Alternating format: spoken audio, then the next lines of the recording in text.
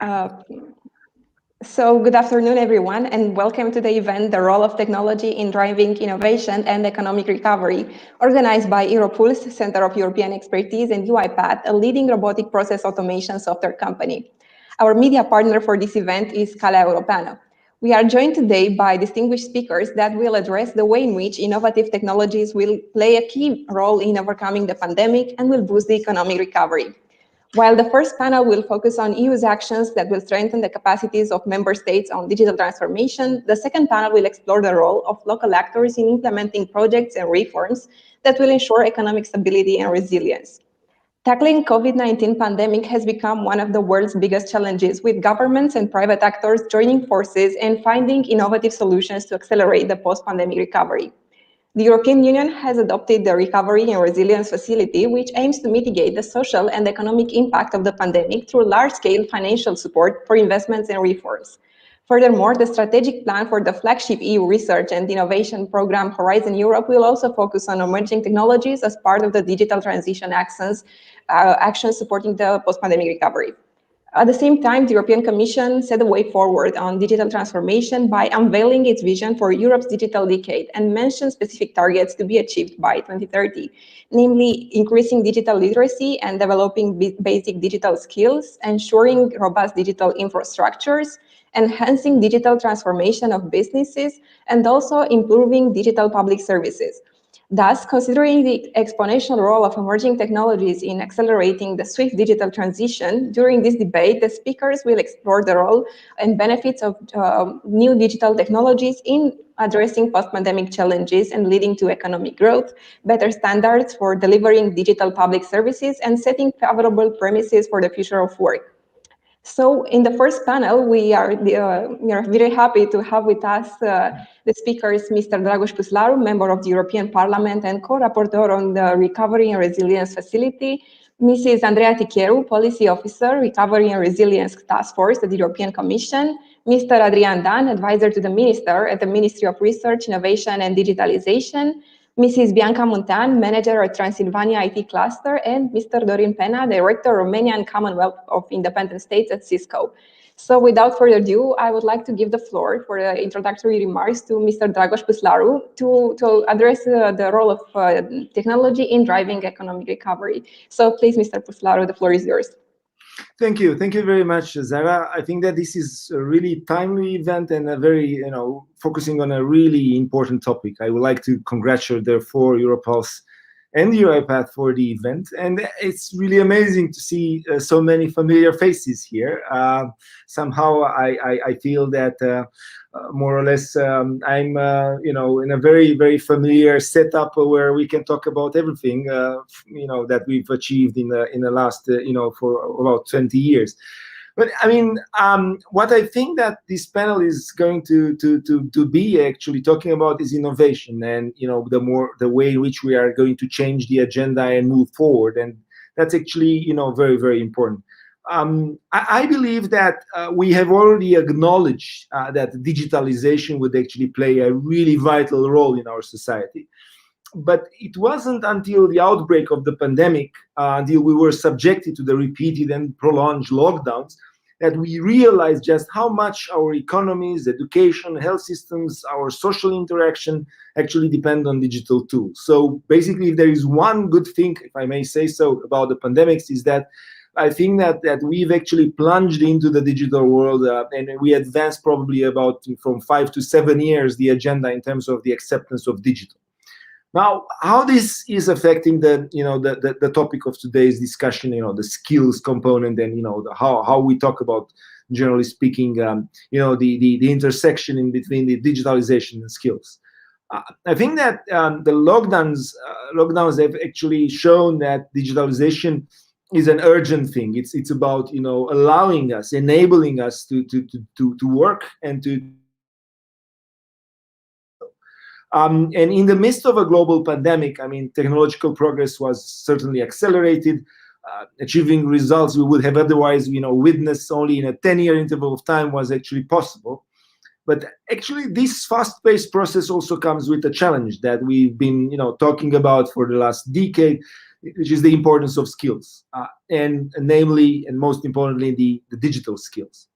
I mean, when everything from, one's job to, children's school and the contact with public institution, and even, ordering food or moving along, it's depending on these kind of digital schools, and it's happening in the online environment.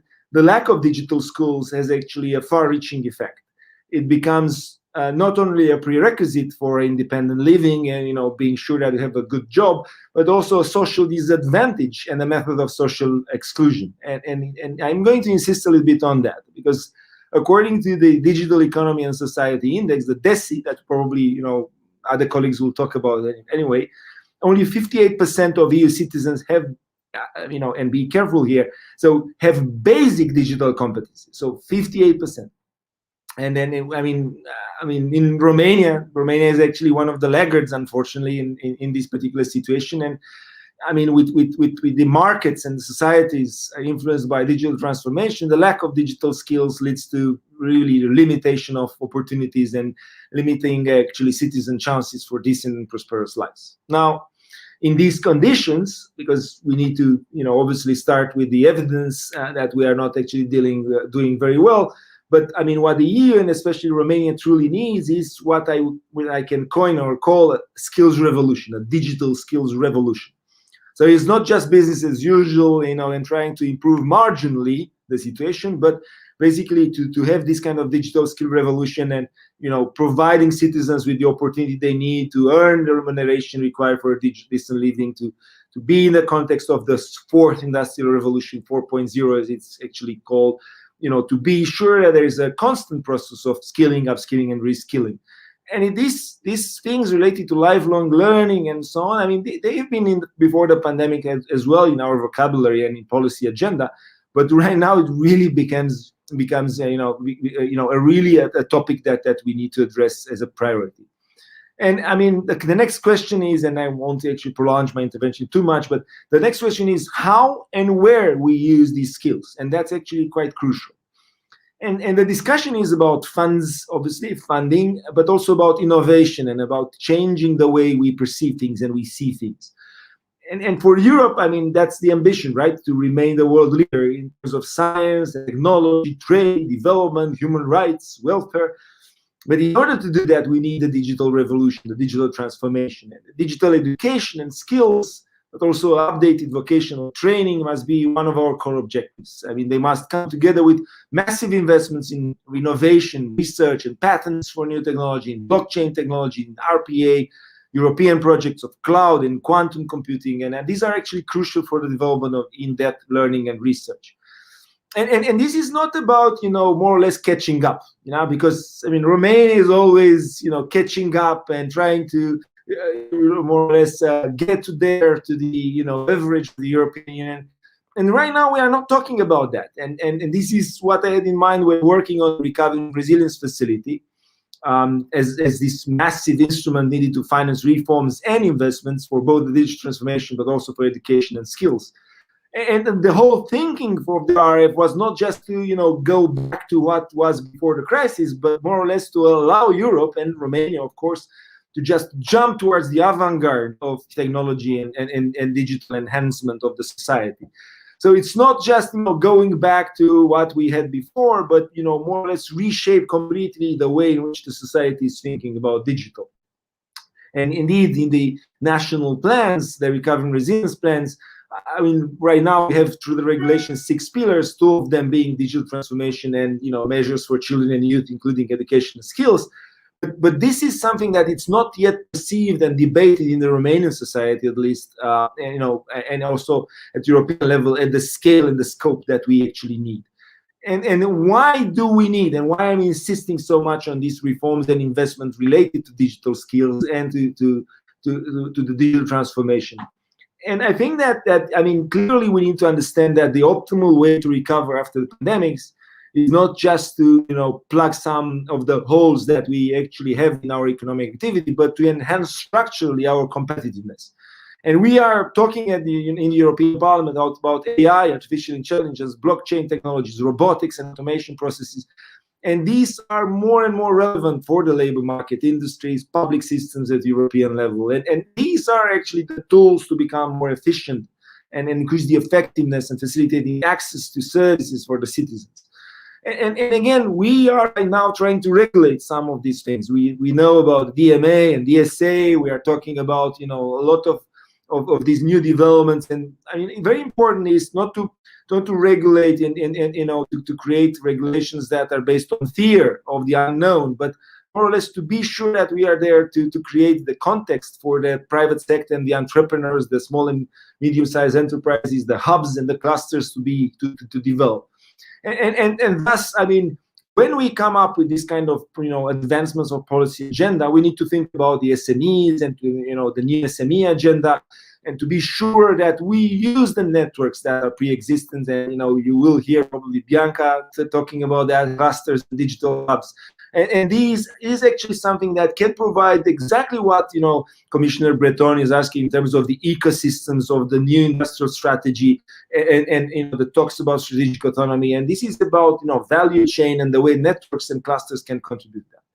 And my last bit would be, I will just say a few words about industry, because that's actually very, very important. And I think that, if we are talking about industrial future, then, of course, the issue related to value chains and strategic autonomy is important. And I am also a member of the ITRE committee, industry committee, and I've been in all these exchanges with Commissioner Breton, and we've been, even drafted a renewed position paper on industrial policy. And I think for Romania, this is very important. We need to have a strategic choice. We can be, the workshop of Europe, where we can actually do spare parts and different types of pieces for the automotive sector or for some other industries, or we may really decide strategically that we would like to be there with the avant-garde, with the digital sector, with the the way in which the digital sector is embedded in the rest of the industry, the smart way of doing the industrialization, and be there also when we are talking about the relocation of things from China or some other places in the world. And indeed, my last thing is about this global role, because this is not only about the European Union. So we've seen just a few words about what happened this weekend. We've seen Joe Biden, he came to Europe in his first official trip. And with the new US administration, we have received signals from Washington regarding the regeneration of cooperation between the US and the EU, and we have positive signals. Nonetheless, the EU did not wait for the US to act, but took the first step. We actually submitted the president, the Biden administration proposal to revive the cooperation, and we actually, suggested to establish, a trade and technology council. And there are, a lot of things that are going on between the U.S. Congress and the European Parliament, and this cooperation is welcomed by, both European and American companies alike. And I even, wanted to highlight the recent success of UiPath. The first Romanian company listed at one of the largest stock exchanges in the world, the New York Stock Exchange. And this is a proof of how important transatlantic ties are. And I think that the political will is there. Success stories as UiPath are encouraging actually the entirety of this cooperation at the transatlantic role. So this being said, just to conclude, we see how digitalization has many facets and presents both challenges, but mostly opportunities. I've actually underlined a little bit more the inclusion component, and that the fact that we need to avoid the digital divide, because I'm sure that the other members of the panel are going to be highlighting also the industry thing, and how are perceived the new change in the transformation from different angles. I think that Romania has really a huge potential, an amazing potential that we should all be aware, to attract the IT business sector, in order to increase our competitiveness. This is not only about a sectoral approach, but the mainstreaming of IT in our strategic choice for our economy. So again, I really love, the workshop component of the Romanian economy, but I hope to raise the ambition further to see how we are creating value at European level and even global level. So time is now. Let's use it properly. Thank you very much for the opportunity. I'm looking forward to hearing the other presentations and participating in debate. Thank you. Thank you so much, Mr. Puslaru, for your intervention. Very comprehensive one, touching upon many issues. So I would like to ask you the first question now, because I know you have to leave earlier. So before that, I wanted to ask you, how is the Recovery and Resilience Facility actually contributing to the wider implementation of emerging technologies at EU level? And also we need to work on those issues. So that would be my question for you. Yeah, I apologize. I need to actually get to, to a committee meeting a little bit further. So thank you very much for allowing me to have the question right now. So basically, what we know in terms of money, it's simple. So we have 20% of minimum 20% of the RRF and of the national plans that should be allocated digital. At the European level, there are clear indications about technologies and the way in which we should have a couple of things set up. So we have on one hand the idea of infrastructure, 5G, the communication, and so on and so forth, and that's an important backbone. And Romania has some advantage here with the fact that we are actually having high-speed internet and so on and so forth, but I think that we need to push further the infrastructure component. The second part, it's about data. And again, I mean, that's crucial. I mean, data management and data economy is one of the things that will define who will actually be successful in the whole industry. And this is about the public sector and the public data, but it's also about how the private companies are actually going to enter into this kind of enabled system where the public-private cooperation is possible. And for Romania, this should be really, really important to be sure that we are reducing bureaucracy on one hand and enhancing the capacity of using data while respecting privacy and data protection. And the third thing, actually, it's about innovation and technology and allowing small entrepreneurs or larger entrepreneurs to be there and more or less create a solution that can actually scale up and expand at European or global level. And the funding is there. We have InvestEU, we have RRF, we are going to have the structural funds. We do have the IT-related funds, for instance, in terms of infrastructure, the Connecting Europe facility, and so on. So there's plenty of ammunition to be used wisely in this way to rebuild and rethink what we have here. So the money is there. At the European level, the political will is there. I hope that at Romanian level, we will be able to be clear that the political will is there as well. I think that we have the actors on the market, and we have some, really fine representatives in the panel today, successful ones. And I think that the only thing that still lacks a little bit, and that would be not necessarily a criticism, but an encouragement to do it better there, it's cooperation and the way in which you put together all these pieces of the puzzle. Because everyone is aware that, the Cluj environment is amazing, but it's not that clear when you're actually trying to figure out, how this particular amazing ecosystem is actually taking, a good chunk of what we have in the overall ecosystem in Romania. I am actually in favor of laissez-faire, laissez-passer. The markets should actually push forward, and we have actors like UiPath that has not been helped with time by the Romanian state.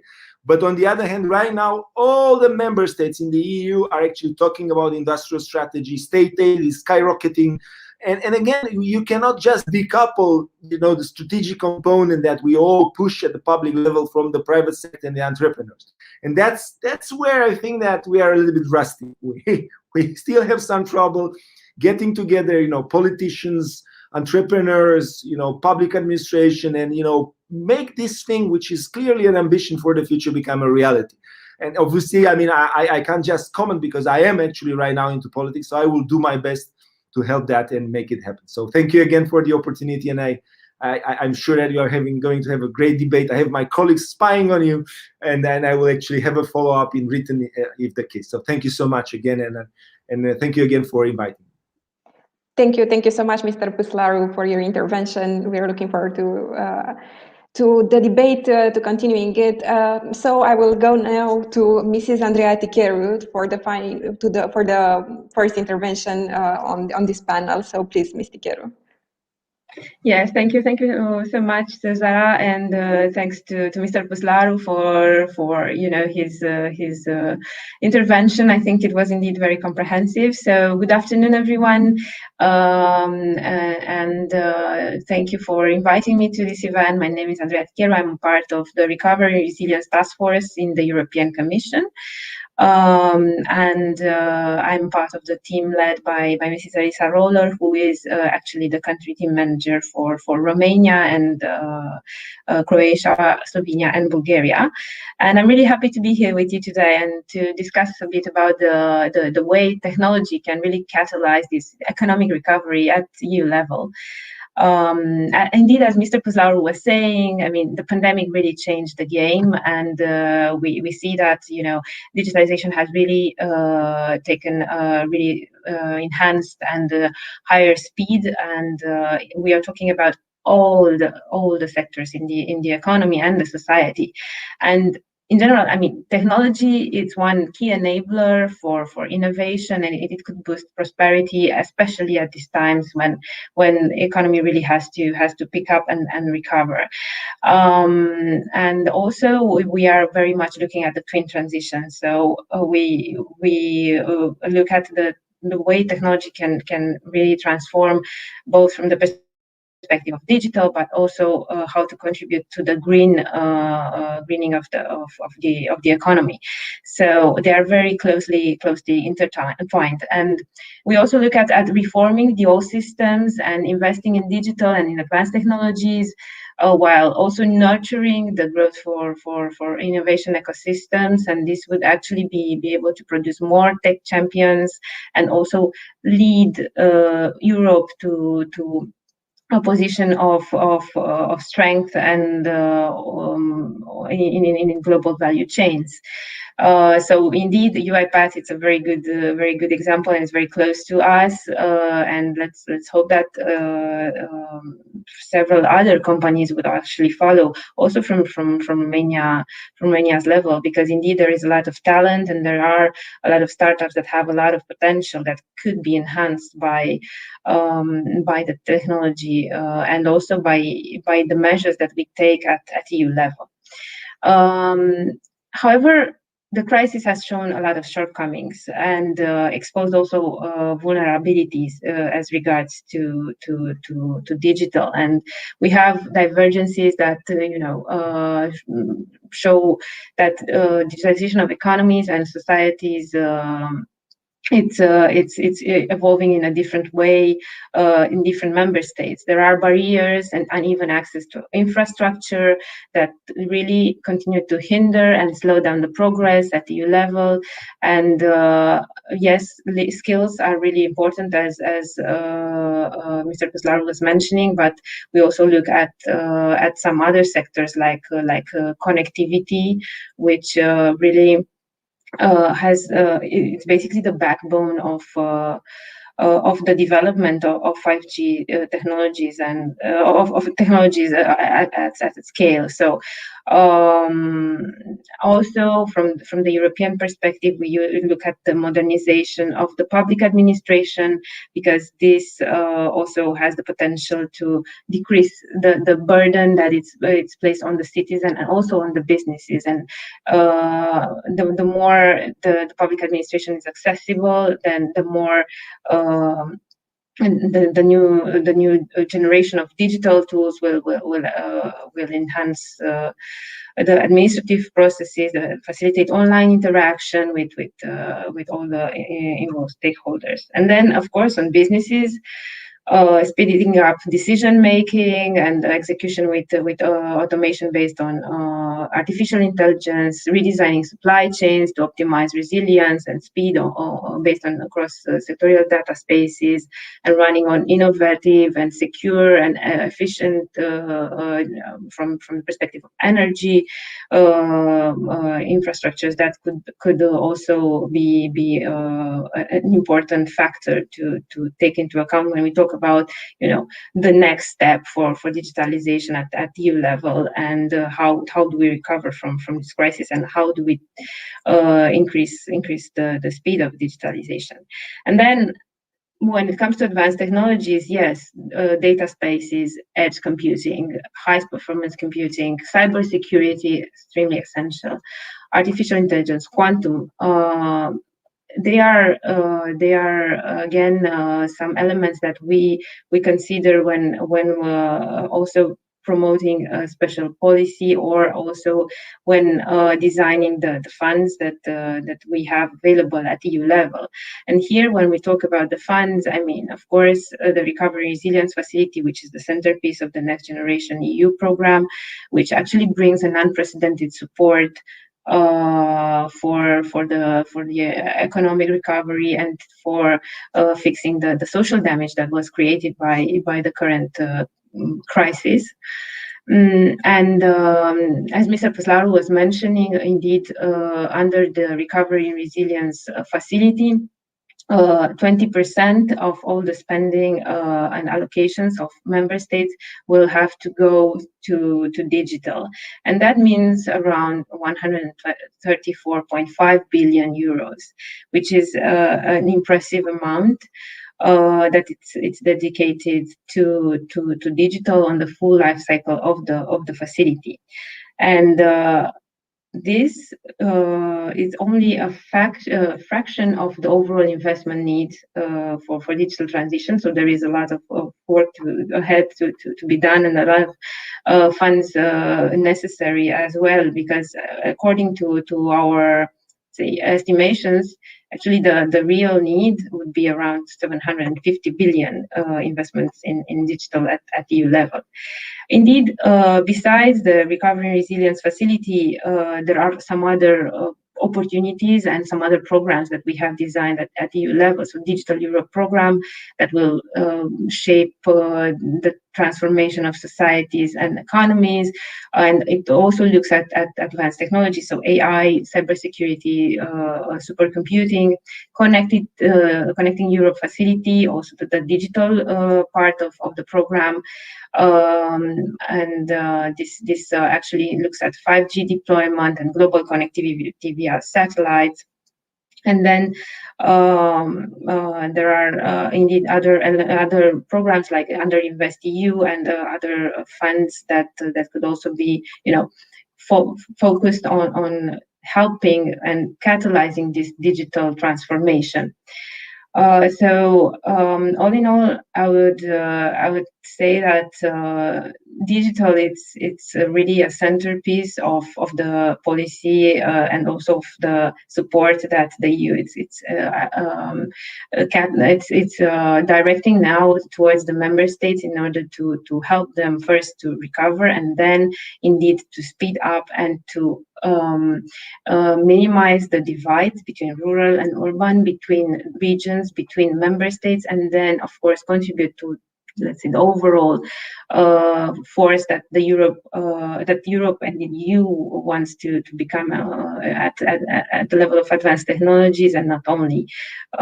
So with this, I will really conclude my first intervention, and really happy to hear, of course, the opinions of my co-panelists. But thank you very much, Cesara and colleagues. Thank you as well, Mrs. Tichero.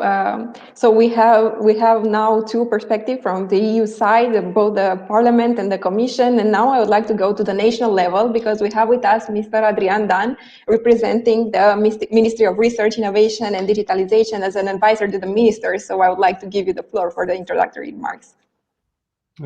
Hello, everyone. Thank you for the invitation.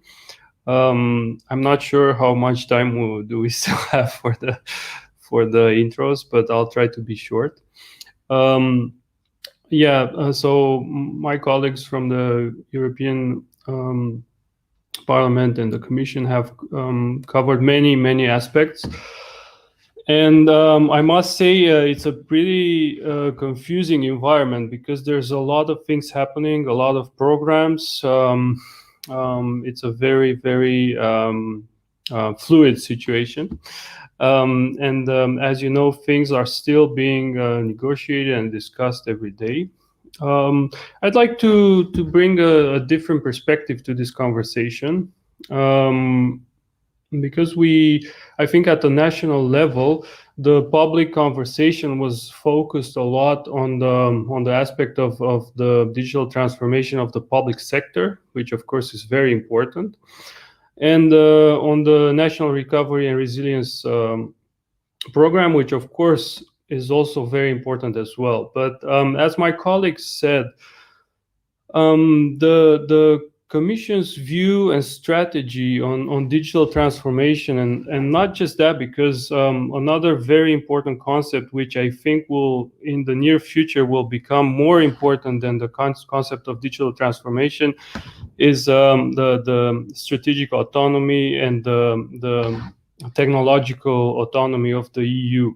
So to focus a bit on that, as you know, a lot of things are changing around us, and the EU has to stay at the forefront of innovation. So I think this concept is very, very important, and we have to keep it in mind when we discuss any sort of program or strategy or initiative in this field. To build up on that, as you know, the European Commission has a very, with the new financial exercise 2021-2027, has expressed a change of paradigm in the thinking and architecture of financing programs. And we see a lot of vertical and transversal integration of technologies. We see areas that we see programs that cover everything from basics, so from fundamental research to production and innovation. And I think this is very important. And we as a country have to understand and internalize this vision, this transversal vision of the Commission. I think this is one of the main points. And if we see the National Resilience and Recovery Fund in this perspective, we see it as a tool to build up on the future of Europe, and maybe see it at a bigger perspective, not just as a recovery fund after the COVID pandemic, which of course has accelerated all the trends in the digital field. But we have to be very clear that everything that was happening in the world was happening before COVID. So this is not something new. The emergence of emerging technologies, of quantum computing, of AI. These were trends that were there. The Commission was addressing them for years, and the European Recovery Fund is just one more tool that can help us develop. And as you said, Cesara, there's other programs such as Horizon Europe, which is a very interesting program that touches upon the core of European innovation. And one of the main orientations, the key strategic orientation, is promoting an open strategic autonomy. So again, this concept of strategic autonomy, which I would like to reiterate. At the national level, our view and understanding is that we have to also have a transversal view, a horizontal view on all the fields of digital technology. And I'm very glad that this new ministry that I'm part of covers many areas. It's a challenge, but it's also a very big advantage that we have managed to bring under one roof all the technology development from the research part, from the fundamental research to the digital part, and in some ways industry and innovation as well in the private sector.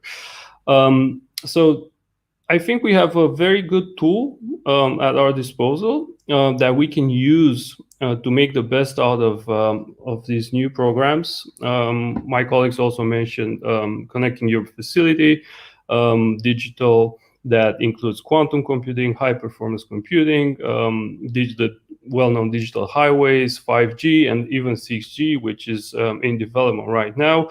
There are many areas and topics that we are looking at. And I think one of the biggest factors that will make the difference is the private sector. So again, the conversation, the national conversation, is very focused on the public sector, on the digitalization, digital transformation of public sector. What will we do? And I think it's a very good conversation, and it has its role, and I think it's much needed. But we have to look at the private sector as well, because in order to perform, in order to reach those objectives that Dragos mentioned, and Andrea, in order to be a competitive economy, we have to focus on the private sector. And I'm happy to tell you that our minister just came back from Paris from the Scale Up Europe initiative, which is a major European event. France has taken the lead in startups and innovation in this field. They're aiming to build more European unicorns. We're here in the presence of one.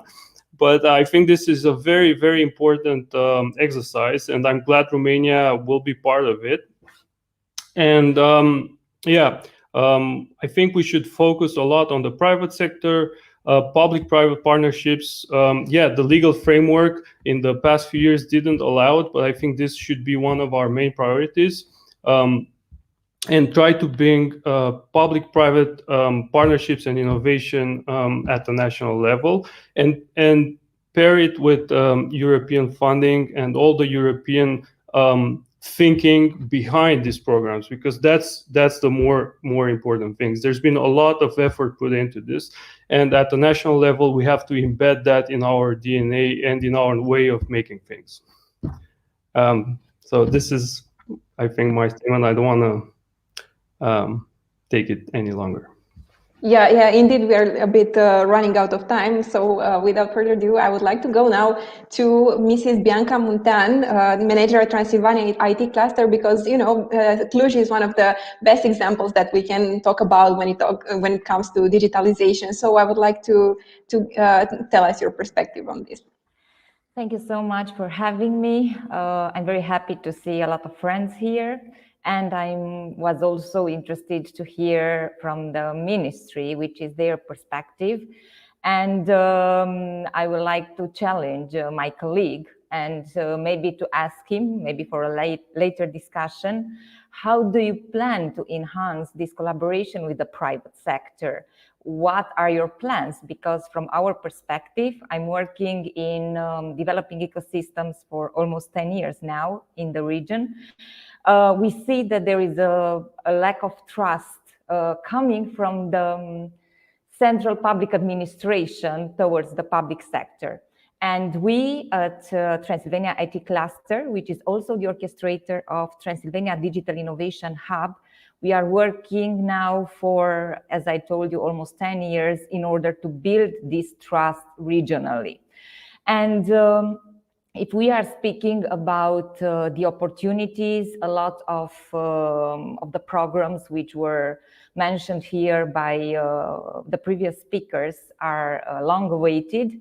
And also Digital Europe, it is really an important tool, so to call it, which we are waiting for it for almost 1 year to come in action. It was approved by the Parliament in May, but we are still waiting the final work program to be released by the European Commission, because there is a lot of talk. We are working in building the Digital Innovation Hub for 4 years now, since 2017.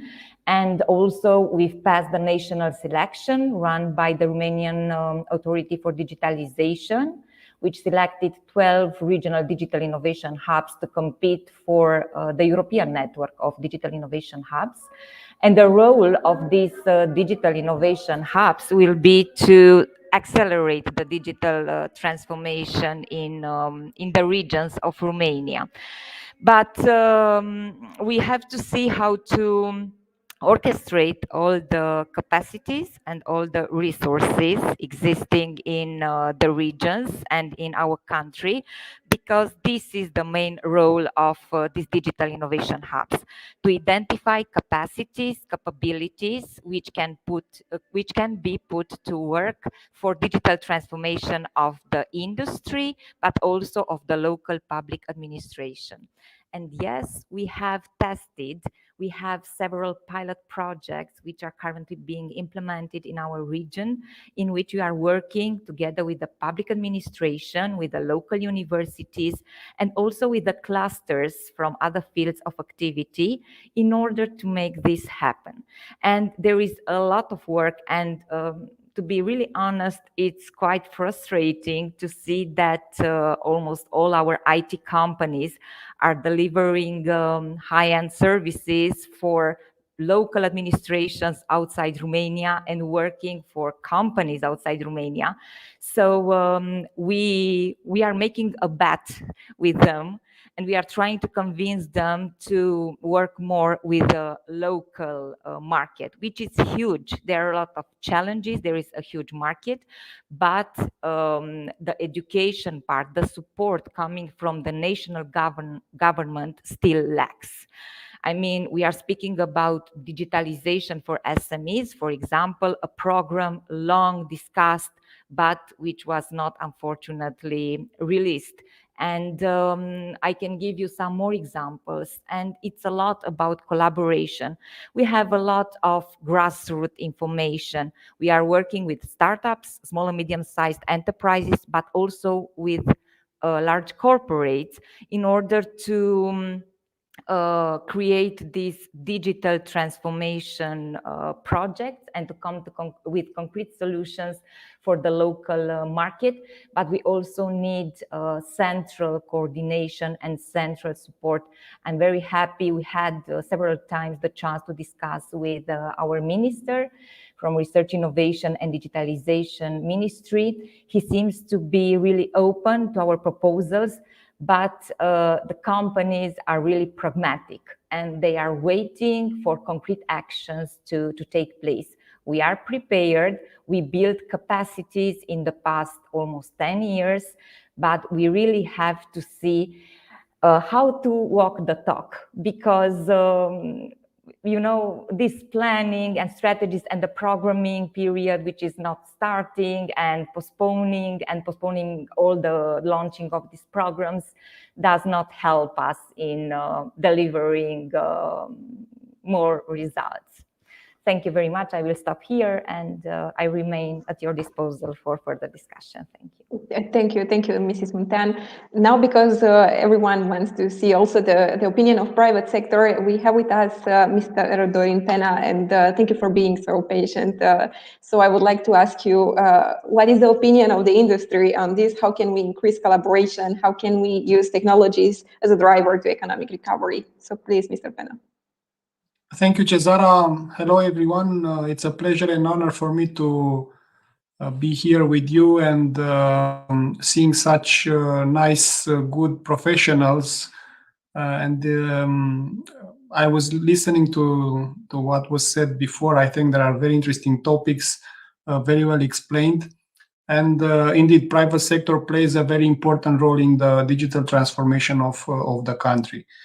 I think I will express the opinion of the company I represent, Cisco, but I can also speak on behalf of a wider audience. On behalf of AmCham, I'm a board member of AmCham, and I interact daily with many organizations active in digital transformation through the Digital Economy Committee. So we have a committee dedicated to digital transformation. UiPath is a great contributor to that committee through Margareta Chesaru, our deputy chair of the committee. So many things are happening now in the digital transformation. And I think that one of the biggest driver that has pushed this transformation is COVID. Of course, it was mentioned before. 3-4 years, it's being estimated that was the step forward driven by COVID. There were also many things started before the COVID. And of course, when you see a very, very high pace of digital transformation, then you start asking yourself about the challenges. The speed is high, and we have to see exactly how we absorb all the technologies that have to represent this digital transformation. So we come down to resources, and of course the most important resource is the human resource, and we have to focus on the skills of people, not only in implementing technology but adopting technology. And I can give you some numbers that we have in Cisco. More than 90% of people consider that the new way of working is hybrid. So most probably we won't come back to the traditional way of working, but we will have something hybrid. And I can give you a statement from public sector employees, public sector servants, that they require the same thing. So it's not only coming from private, but also comes from public sector. It's most probably office spaces will be reduced. So digital transformation has to step in. Automation, artificial intelligence, new way of collaboration are the tools that are going to drive and implement this new hybrid environment, hybrid way of working. If we move to the topic of digital transformation of public sector, in Romania, I think the biggest challenge is capacity of absorption and capacity of implementation. We have this great potential created by the National Recovery and Resilience Plan. It was mentioned before, 20% of that should be allocated to digital transformation. That's a huge amount. If we look at the previous performance of Romania in adopting EU funds, I think we should be very bold in driving this adoption in the new exercise in the National Recovery Plan. So that's a big challenge. And one way we consider, or I consider, that we can be efficient in this area is by having one entity at the national level that should coordinate the digital transformation effort, that should provide consistency and continuity to the strategy, first of all, and very, very important, to the implementation progress. I think these are the biggest challenges, and making this comparison between innovation and absorption, I think our focus should be in absorption of the existing technology. There is a lot of technology that can drive digital transformation, and we in private sector, but also in public sector, have to be able to absorb and adopt these tools. Of course, the challenges are on the table. Skills, as I said, are very, very important in driving this adoption. And coherence and political unity, I think, are very, very important in transforming Romania in short, medium, and long term. So I know we are under time pressure. That's a very short introduction from my side. I do believe in a close cooperation between private and public sector. I do believe that we face the same challenges and the same objectives. I think there is no differentiator between public sector employee and private sector employee. We all have the same needs, and by the nature of digital and by the nature of information world, we all want to have the same tools of working and interacting one with the other. And it is our duty as citizens and as leaders, as drivers of digital transformation, to make this vision, this aspiration of people possible. So that's very short from my side. As I said, I'm trying to represent a wider audience, Cisco and also AmCham, to give more relevance to my speech. And I hope in the next years, hopefully by 2026, we will have a wide adoption of digital tools in Romania.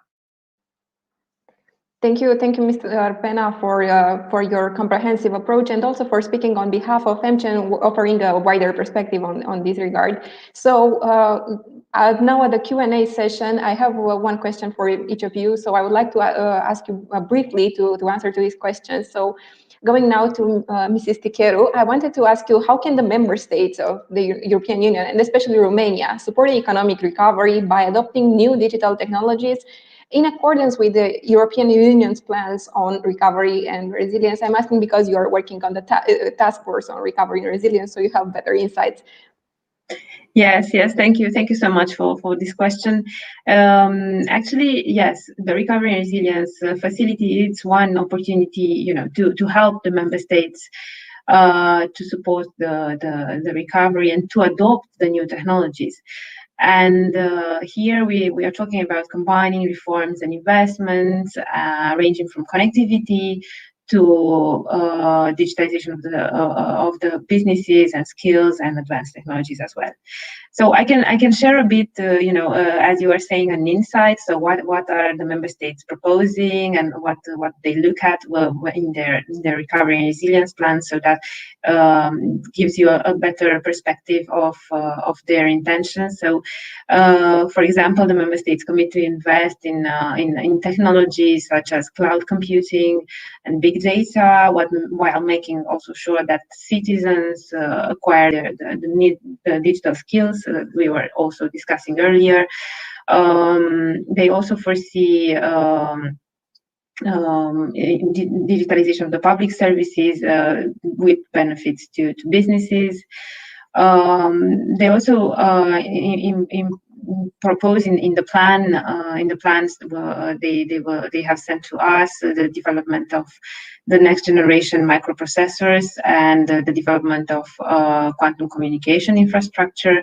And on microprocessors, you know that there is let's say a global crisis, and this is one of the priority areas at EU level. So that's why many member states are focusing their efforts on this part. And then many plans also contain reforms that will, for instance, remove the barriers to deployment of connectivity networks. But there is one element that I would really like to mention, and that's very important, and we are happy that many member states have considered this initiative of engaging in cross-border projects. So these are multi-country projects that are implemented obviously by several member states, and they all work together to address common challenges. And here, one member state could not actually achieve the same result and the same outcome as they can all together, or most of them together. And here they also have the potential, to integrate into value chains and to also deepen the single market, because then we are talking about the priority at EU level. So many member states look at next generation cloud infrastructures, and as I was mentioning, also the microprocessors in the context of an important project of common European interest. These digital innovation hubs are also included in the plans, and they were also mentioned earlier by a previous speaker. Now, when it comes to Romania, and I will wrap up very quickly. Romania has signed 6 declarations on advanced technologies with other member states. So this underlines really the commitment of the country to further development of cloud, of processors and semiconductors, on high performance computing, on quantum and blockchain. And significant reforms and investments can be supported from the RRF, also in case of Romania. Also in the light of these advanced technologies, in which the country has taken great commitment and great focus. And as I was mentioning, this opportunity of multi-country projects to be developed in the framework of the RRF or not, it's also one that can be taken into account by Romania. So yeah, with this I would actually conclude. Thank you. Thank you. Thank you so much, Mrs. Piquero. Now going to Mr. Adrian Dan, I would like to ask you, because you mentioned also in your first intervention the need for a holistic approach on implementing digital projects in Romania. So how do we transpose the vision from the Europe's digital decade also on operational programs on digital infrastructures? And I also wanted to give you the chance to follow up on what Mrs. Bianca Muntean said on the role of collaboration between the private sector, public sector. So I know it very briefly, but 1-2 minutes so that we can start shortly at 6 with the other panel. Thank you so much. Thank you. Sure, no worries. Yeah, just to make a few points. Yeah, I think one of the most important developments in terms of policy is the proposed digital compass and the digital decade. As what we can see there builds exactly upon my previous idea that integration between different technologies is key to the success of digital transformation. So it's very important to see things holistically. As some of my colleagues mentioned, and this is also my area of expertise, networks and digital infrastructure are key to any project, even if it's pan-European or national. So I think this should be one of the keys, the key concepts of developing our strategy for digital transformation. To briefly answer to my colleagues, Bianca and Doreen, steps have been taken. We have an e-governance strategy that has been approved by the government, by the Prime Minister, I think last week. So we have finally we have a programmatic document that can bring some structure into our efforts. We have a working group at Prime Minister level where ministers take part, and that's also a necessary step to bring coherence and clarity into the digital transformation process with a focus on public sector. On the topic of public-private partnerships, I can agree with Bianca that historically there's been a lot of mistrust and a lot of problems. But I think looking forward, we have a new team. We have a new team of ministers. We have new teams in every ministry, and I'm confident that we will build trust and we will try to make up for the lost time and what should have been developed with the private sector in the last decade. So looking forward, I'm confident that things will be better and will be smoother from now on. Thank you. Thank you so much, Mr. Dan. And Mr. Pena, I would like to ask you, as a concluding remark from the first panel, how do you think we can help boosting the digital economy with the help of technology? What would be the most important measures that we should take to boost the digital economy? That's a very tough question, I have to say. I can reformulate it.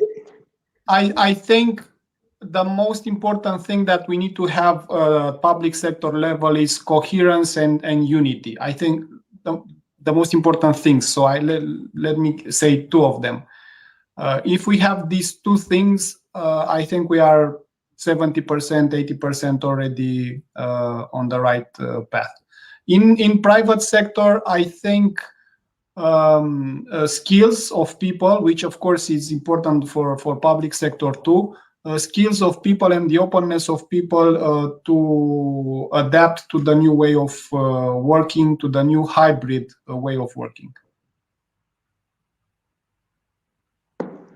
So thank you for your intervention. Thank you to all the panelists in the first section of this event. So now we are going to move on with the second panel. We had the focus on national administrations and the member states in the first panel. So now we are going to move on to the local level and the measures that can be taken. So thank you so much for your intervention.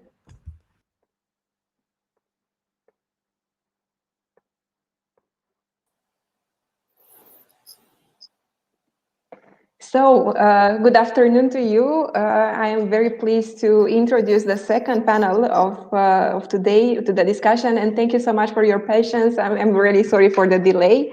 For this panel, we are going to discuss with our guests about the process of digitalization that will change public administrations and the private sector at a local level. In Romania, the local authorities plan to digitize the administration to make citizens' interactions with the administrations easier and to better respond to the users' needs.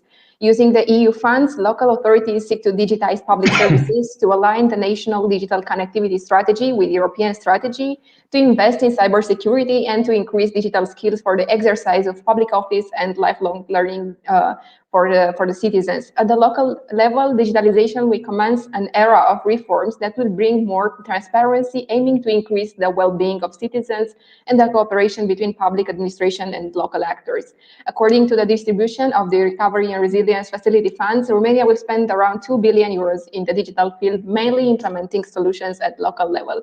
So let's hear what our speakers have to say. So I'm very pleased to introduce to the discussion Mr. Francisco Barros Castro, member of the European Commissioner Elisa Ferreira, Commissioner for Cohesion and Reforms at the European Commission, Mr. Andrei Rigu, General City Councillor at the Bucharest City Hall, Mr. Răzvan Atim, General Manager, Eastern Europe at UiPath, the partner of this event, and Mr. Radu Puchiu, co-founder at Happy Cities.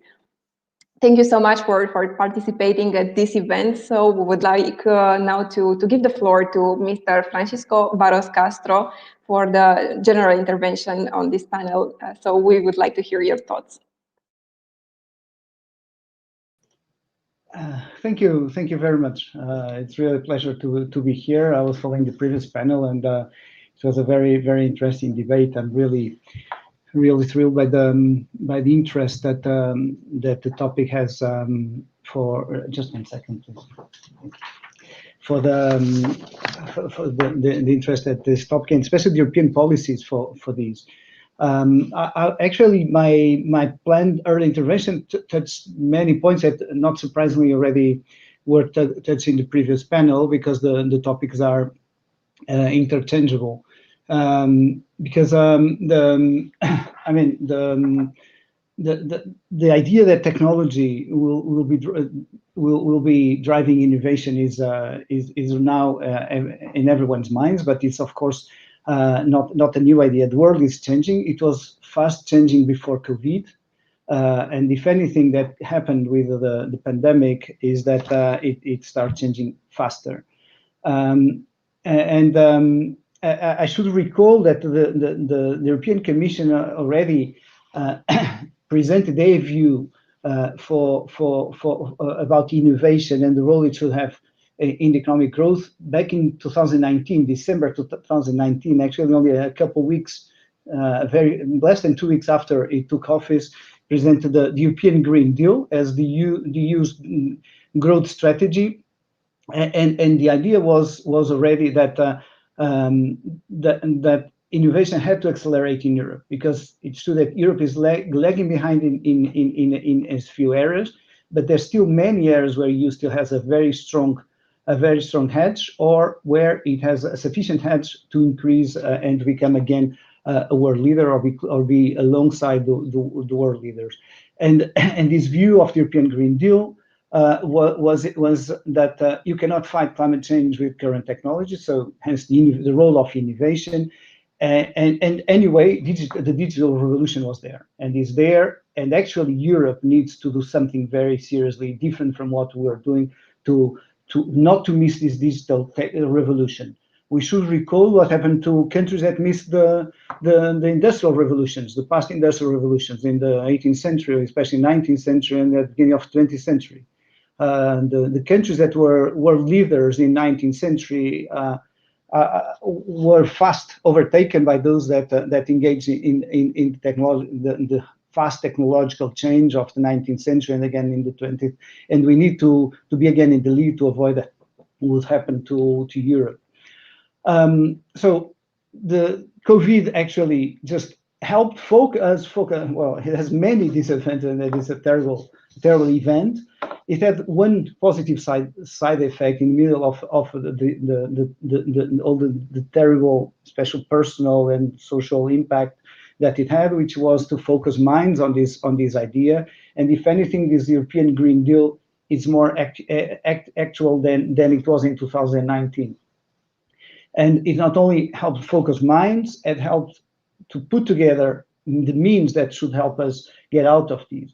In discussing what we should, what this debate, the debate was about, I was thinking that what should be the new economy? It's clear from the European Green Deal that we need to build a new economy. I'm not going to tell you what it should be. It's not for bureaucrats to do that. Bureaucrats are very terrible at predicting the future. Even I'm not sure if anyone can predict the future, but I'm sure that it will be the private sector and some sectors of the public, some elements in the public sector, research institutes, universities, that will be driving this transformation that the new economy needs. And what we in the European Commission are proposing is the means to facilitate the transformation that the private sector will have to lead, and I mean, with some public sector intervention alongside.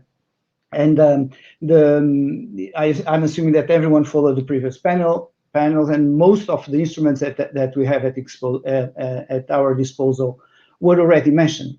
To start with, the recovery and resilience facility, sometimes mentioned as the bazooka that will kickstart again the European economy.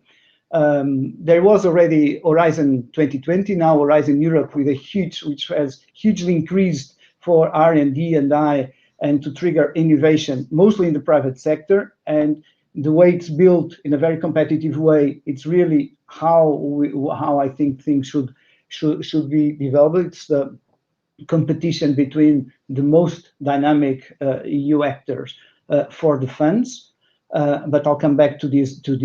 We have old-fashioned competition policy, because we need an open economy in the EU and vis-a-vis the rest of the world. So innovation is not killed by incumbents. And we're talking about very dynamic industries, but some of the digital economy actually is dominated by very powerful incumbents. Very few of them in Europe, unfortunately. As someone said, we are here in the presence of one of the good exceptions in Europe. But even UiPath had to move many of its activities to the United States. We want these companies to stay more in Europe. A competition policy is one element in that, as it is the industrial policy, the industrial strategy that we are developing in the context of an open strategic autonomy, because Europe will not solve this problem by closing itself. Actually needs to remain open to the world, but in a more assertive way than in the past, by not being too naive, also in the way we deal with third parties, but by building together with external parties. And of course, we also have instruments that are a bit out of the box, like the new European Bauhaus, that it's still a small program, but we have great hopes for how much it can do for innovation in Europe. And of course, we have cohesion policy.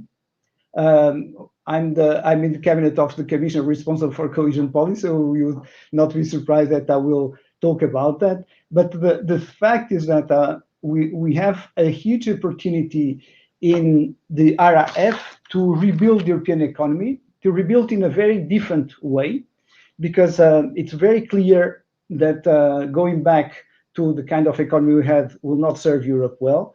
So that's why it was already mentioned by the colleagues in the previous panel. In particular, I think it is Andrea who was Andrea indeed. She explained the RRF and how much it will support innovation, 20% for digitalization, etc. But actually Europe has a second bazooka. It's an old bazooka, but actually it can be a stronger one now, which is cohesion policy. It's roughly 1/3 of the EU budget, and actually it has a very bad image because it does many things. One of them is to make up for the lack of infrastructure in poor regions in Europe. So people tend to associate the cohesion policy with roads and water pipes.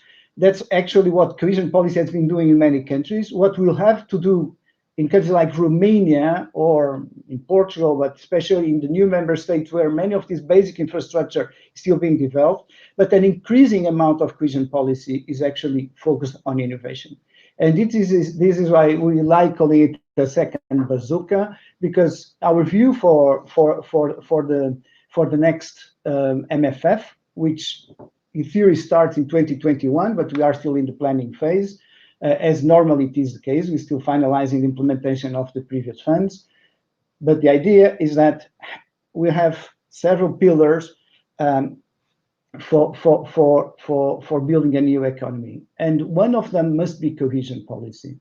Alongside all this innovation that we expect coming from RRF, from Horizon 2020, and from the private sector through the other policies, what we are trying to focus is that cohesion policy will look at each region and through smart specialization strategies and try to trigger the innovation that will be the potential for innovation for each region. Why is cohesion policy different? The first thing is actually quite important. We had Bianca Montano from Timișoara. We have here people who are from across Romania. It's the location-based essence of the policy, the space focus of the policy, because we need, if we are to succeed in developing an innovative European economy for the next 20, 30 years, we need to look at each region's potential. And that's what cohesion policy does by going through the regions in Romania, in every member state, and supporting an increasing percentage, with an increasing percentage of its funds, the innovation potential. Still, much of this will be investment in infrastructure for broadband, for old-fashioned, because broadband these days becomes old-fashioned, elements for digitalization. Romania actually has a hedge in these with very fast broadband, but still does not reach many of the regions, and there's still a huge potential that can be tapped.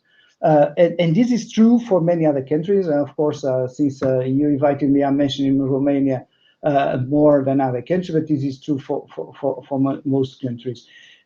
So in short, what I'm trying to say is that what can we do to promote innovation and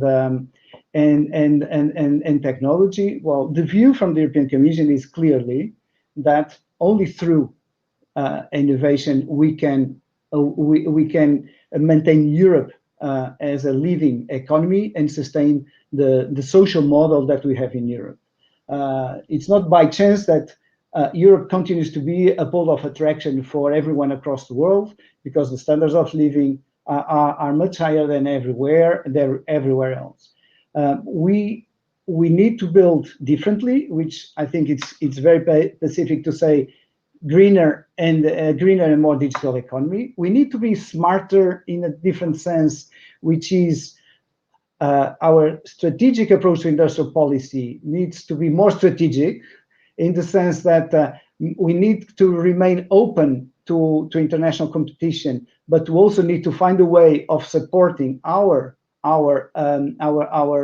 startups, our SMEs, our larger companies in the more competitive sectors to thrive inside Europe and outside Europe. And we have the instruments to do so through what I was describing. Just to close, because I'm sure you'll have questions for me so I can be more concrete on some of these topics. My final message is regions need to be thought of when we look at national strategies. The RRPs, the recovery and resilience plans, have some sort of regional focus or regional assumptions, but they tend to be more national. Cohesion policy can address these the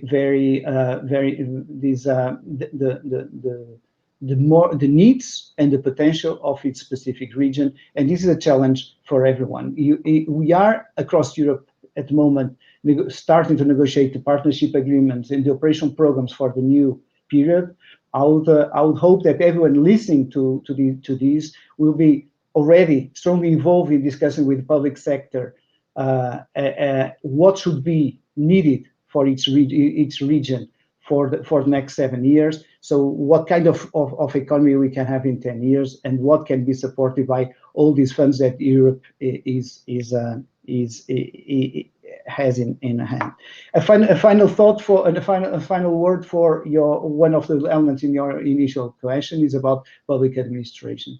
Something very, very clear to us is that public administrations need to be strengthened, not to be more participant in economic activities, but precisely to be more facilitating of the economic activities by the private sector. And we need, my commissioner is also responsible for public administration through our DG reform.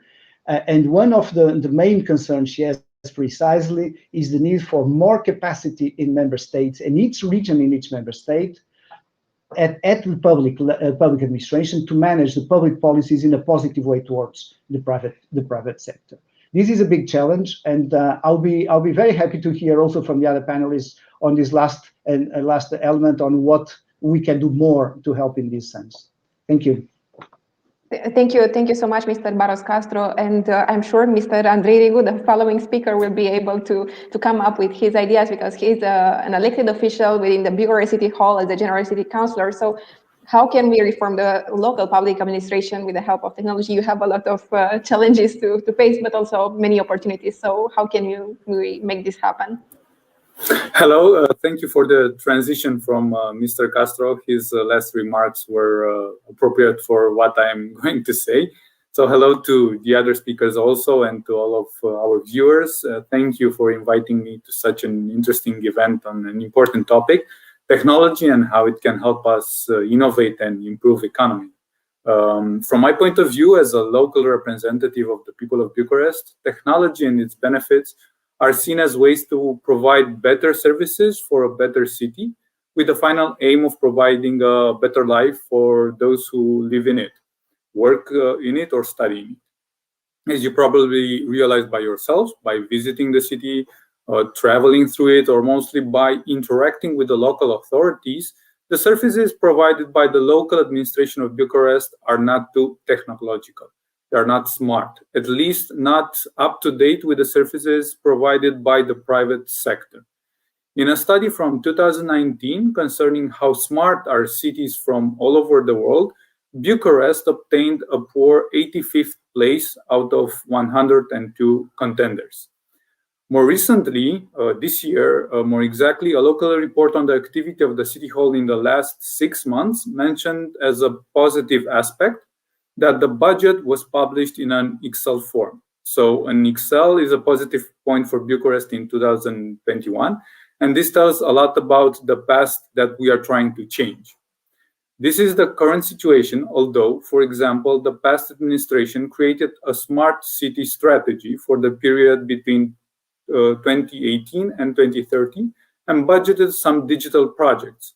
The administrations before the last administration did even less.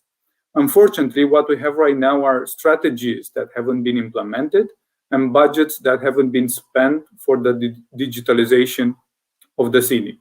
And this affects the life of the citizens of the city in many ways. For example, the real number of people using the public transport is not calculated properly, and this slows the process of changing, for example, the number of buses on a certain line, or even modifying the respective line by increasing, extending, shortening, or even suspending that line if it's not used.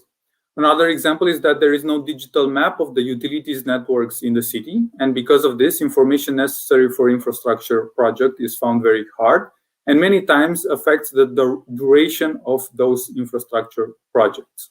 Moreover, there is no software to centralize the interventions necessary for the utility lines, and often we have the situation where a street that had an intervention last week and received a new asphalt after the intervention needs to be broken again for a new intervention. One more example, and this will be my last one, is more close to the management of projects inside the City Hall and the flow of documents between different departments.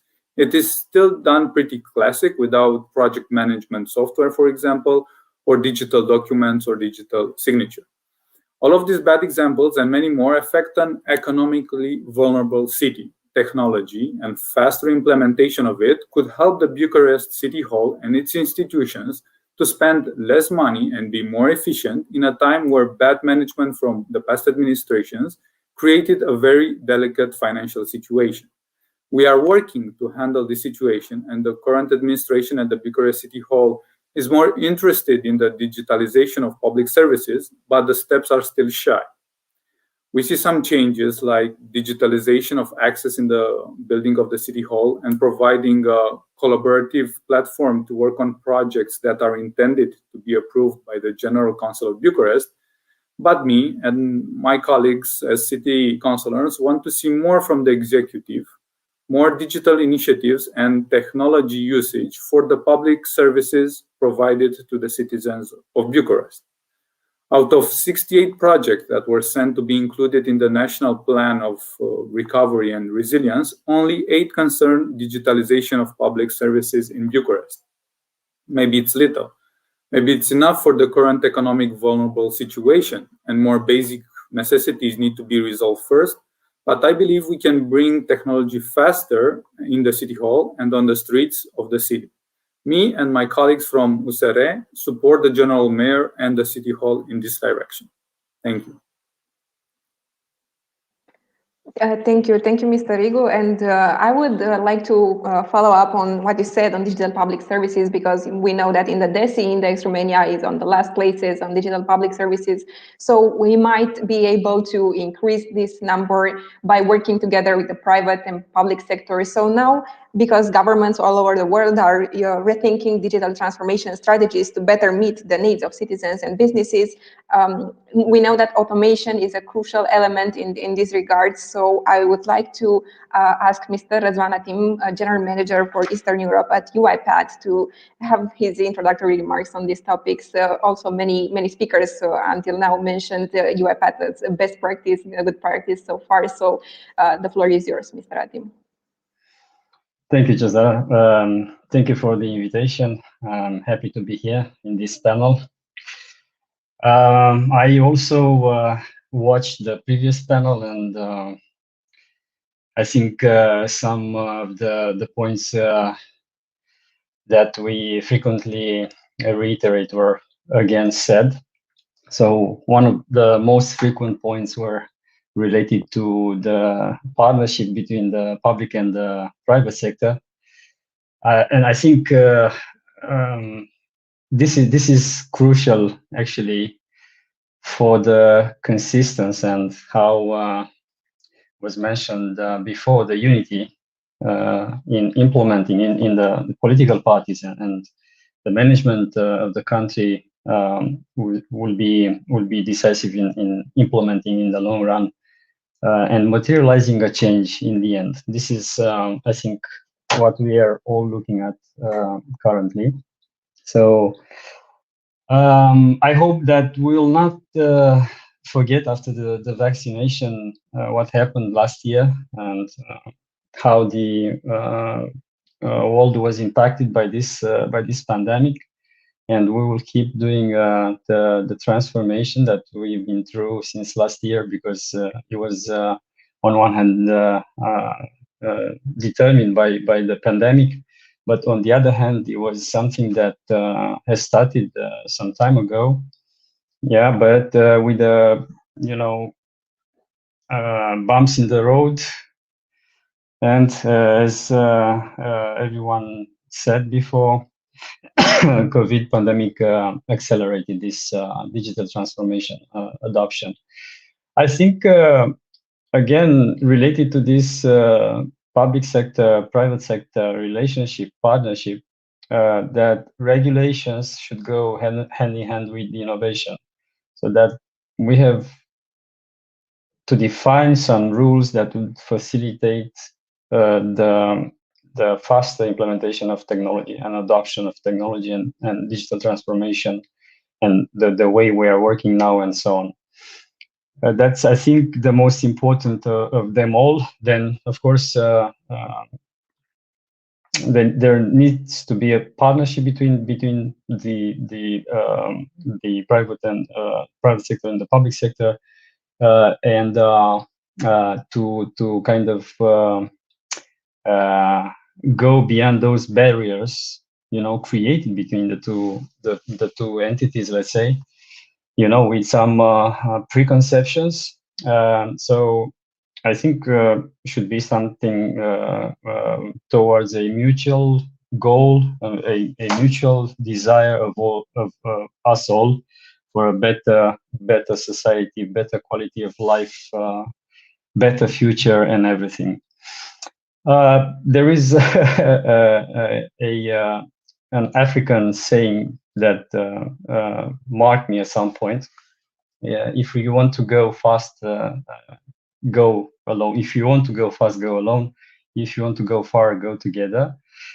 That's the principle that should be applied here.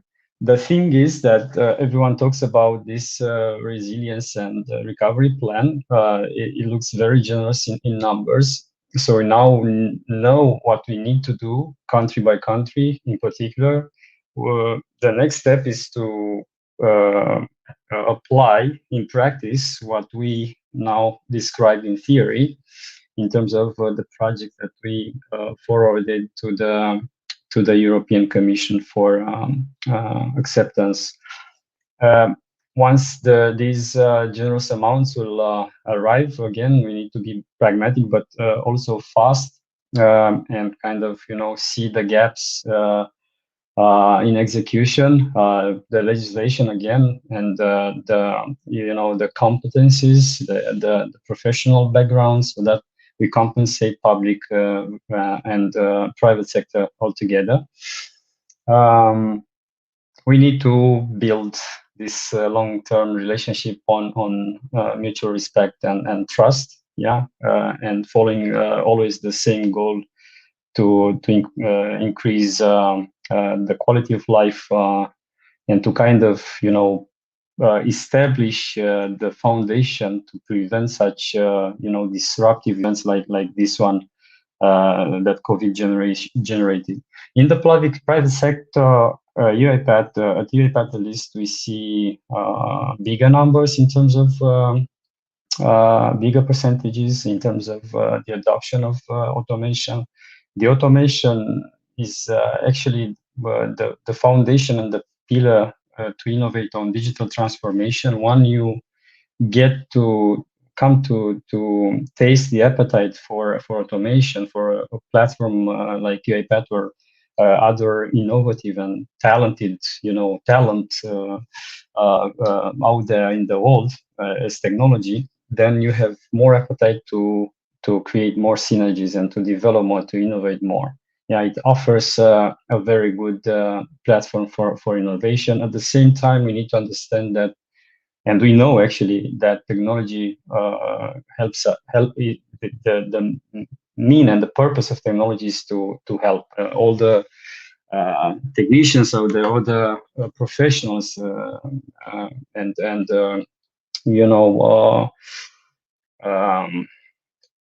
those that promote technology. I forgot I have a lapse about the name, the right name. Anyways, I will skip it.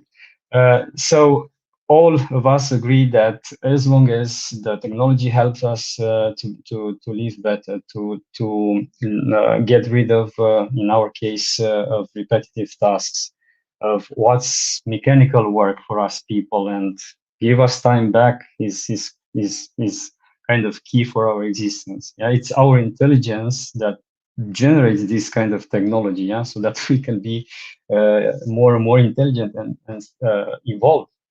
And to conclude, in terms of public sector and the citizens' appetite for technology and transformation, we ran an analysis of the market together with a local company, research company, and the numbers look kind of very concluded in terms of how people perceive the bureaucracy and being, in person in a long line to pay taxes and so on.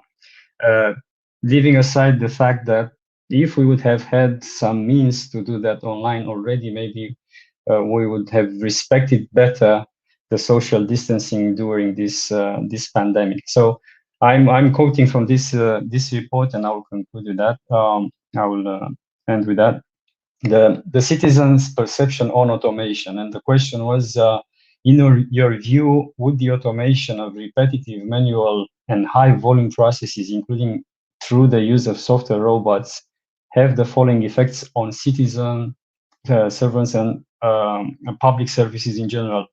To avoid fraud and corruption, it's 70%, they say fully agree. 18% they say partially agree. To reduce operating costs, again, 70% fully agree, 20% partially agree. To allocate more time to citizens, 68% agree, fully agree, 25% partially agree. Avoiding human error in processing requests. Again, this is something maybe we are not fully aware, but the human error, if we would quantify this in costs back to the companies in the private sector and back to the governments in the public sector, I think the numbers will surprise us very, very much. So they say 58% say that they fully agree that we would avoid human error and in processing requests, and 31 say that they partially agree.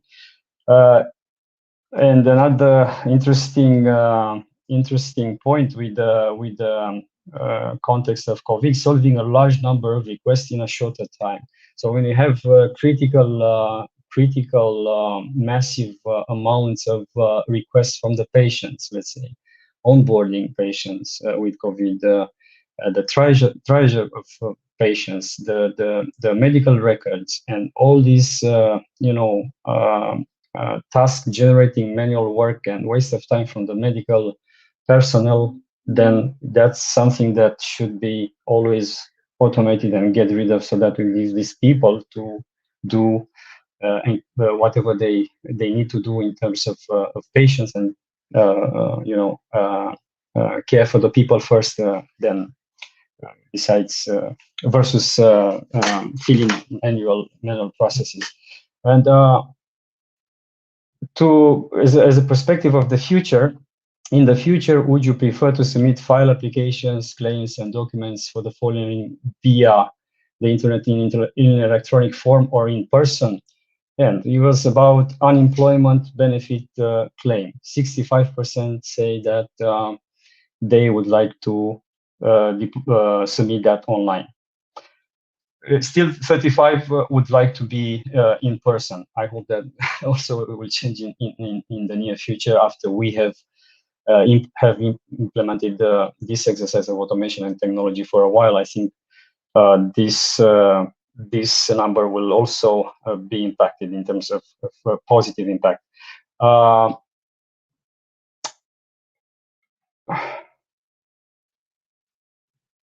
Claims for various social benefits like state child allowance, Could you share the screen, Mr. Atim, to see the actual numbers, or maybe? Yeah, of course.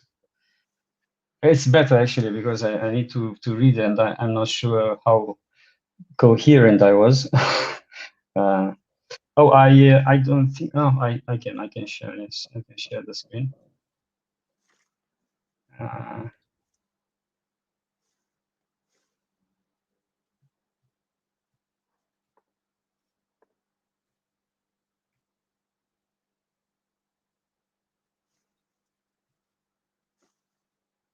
Or can you? Yeah, it's done. Okay. Okay. So yeah, just to present now. So these are the two categories that we kind of picked from the report. The report is larger than this, but this is relevant information about how the people, the citizens in Romania perceive the help of technology. Of course, since this exercise was done by at our request, we asked about automation in particular. So these are the numbers. We made this report public. As you can see, there is a very large area of requests that could be performed automatically or 100% online, like this one: registration and deregistration of cars and means of transportation. Yeah, enrolling children in nursery. Yeah. Driving license issuance and exchange, all these things, and especially, I don't know how other countries work in terms of these topics, but in Romania, we know if we made this such a request, such a claim to the local authorities, it will take up to 30 days for a response. Yeah. With automation, with technologies that would kind of, centralized data, where systems are completely digital and we can access data on our computer, then everything is possible. So it happens that the robot responds in a few minutes to such a request if we will implement a technology like UiPath in collaboration with maybe with a chatbot to be more friendly with the citizens. The thing is that technology, in this case, would resolve, these delays in responding to citizens, and sometimes to urgent requests from the citizens, and increase frustration on both ends, on the employees in the public sector and the citizens impacted by the delay from the public authority in answering to their requests and claims. Thank you so much, Mr. Ratim, for such a comprehensive presentation, and also for sharing the results of the study on automation in public administration. I'm very glad to introduce the next speaker, actually, Mr. Radu Puchiu, who was very patient. Thank you for that, Mr. Puchiu.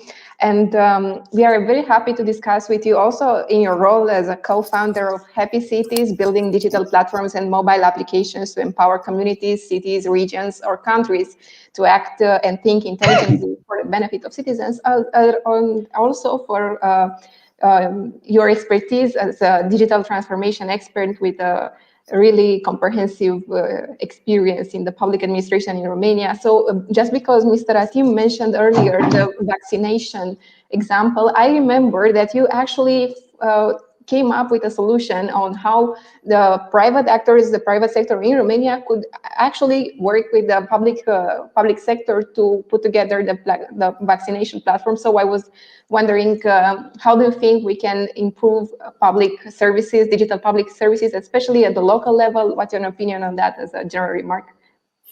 Well, thank you very much, Cezara, and thank you for putting together such an interesting event. Just take the opportunity to say hello to a very old friend, Francisco, in Brussels.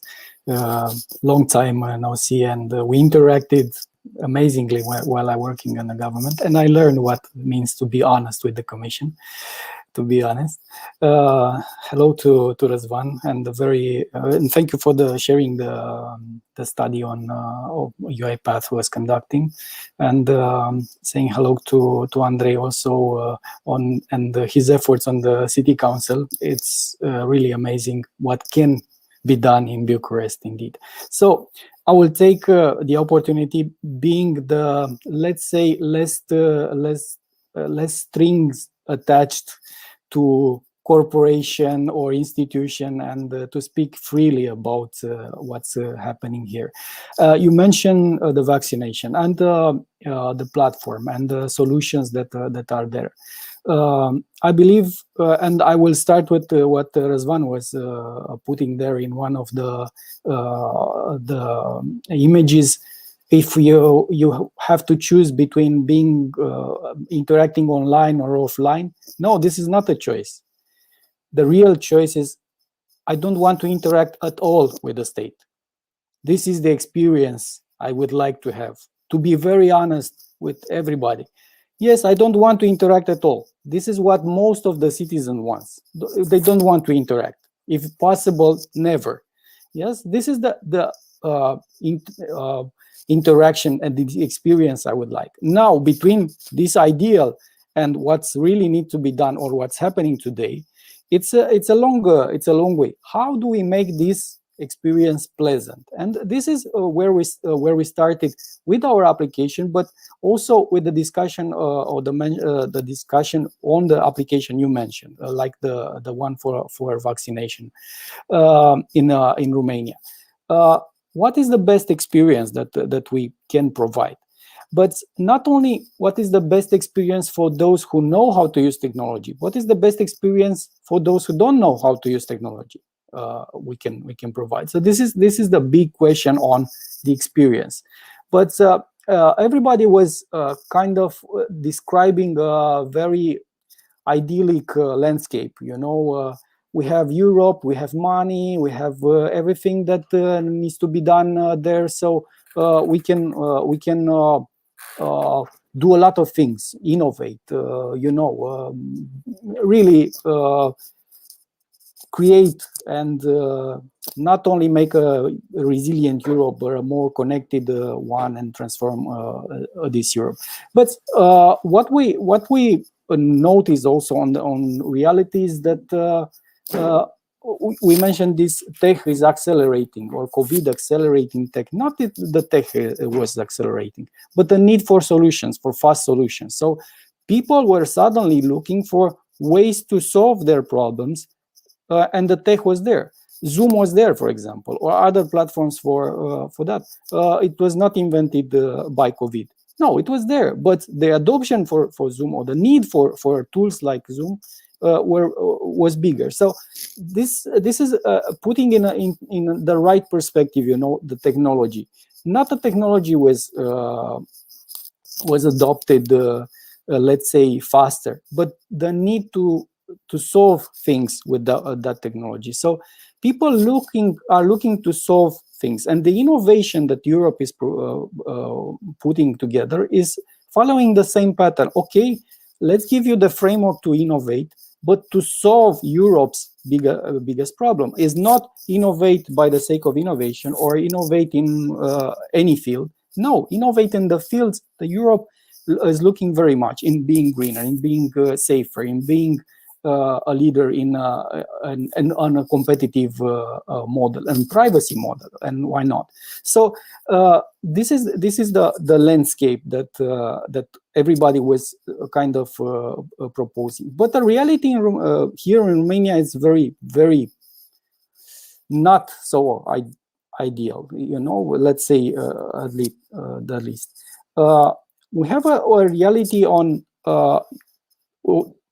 Europe is proposing a wonderful mechanism. Just to give an example, Digital Innovation Hubs. Bianca was leading one of them, but even Bianca was saying, "Let's walk the talk." And what I noticed in one of my podcasts that I run with one of the leaders of such a Digital Innovation Hub, that he's doing a lot of solutions, is putting together a lot of innovation. But the regions and the cities hosting these digital innovation hubs, they are not connected with that. And this is an invitation for Bucharest. Bucharest has not only one, but 2 or 3 innovation hubs. So how do you connect the municipality with these innovation hubs to really foster the innovation of the cities? Not looking in the same way, let's build an e-government platform in Bucharest. No, you have a digital innovation hub supported by EU funds to really make a transformation of a city. Let's connect these dots. So also, everybody in the private sector was mentioning the partnership. the partnership with the public sector, public administration, and so on. But I didn't hear I hear no one in the public administration really doing something for this partnership. I mean, it's nice. Oh yes, we collaborate very well with, but real examples. I mean, UiPath, and you have it here on the table, has freely done something for those payments last year. Yeah, really on the ground, saving a lot of time. It's a very nice example. Have you heard of any follow-ups by the Romanian government? Like, okay, it's we tested, it's very good. Let's use it in 10 other areas. Have you heard it? No. So what are we talking about? What innovation do we talking about? Because we're lacking of internalizing good example happening now. So it's a huge gap on that. And I will go back and finish with this. You have the title of the role of technology in driving innovation. But who's in the driver's seat, to be honest?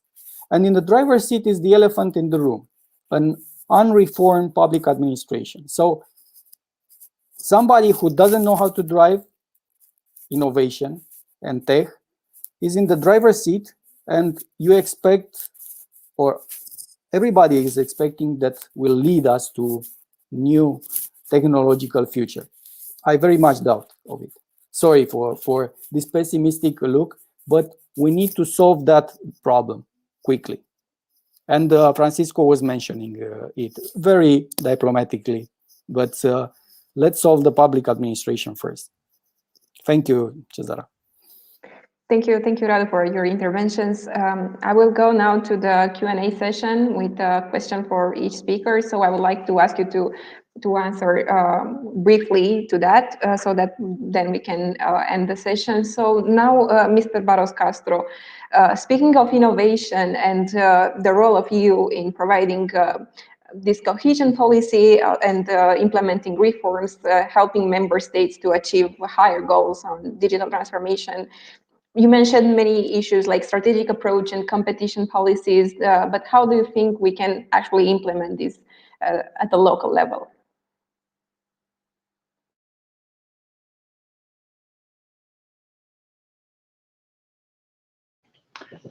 Sorry, I could no longer find the unmute button. So another technological hiccup. I think the message that Radu was just passing is very much the message I wanted to pass in my intervention. There's plenty of instruments available to help the technological development and to help innovation, but these are very vague concepts. Actually, the idea of driving technological innovation driving technological development, or technology driving innovation, is basically, we're talking about the same thing, right? It's about how we can build a more efficient economy in a world where everything is changing at the same time. This is the most unpredictable moment I've been living through, and I've been living for a few years now, more than any of you around this table, for sure. And there's, as I said, there's all these challenges. There's the green transformation Europe is fully engaged in. There's the digital transformation that is overtaking us, and either we take it on our hands, or we'll be driven out of the main dynamic spots.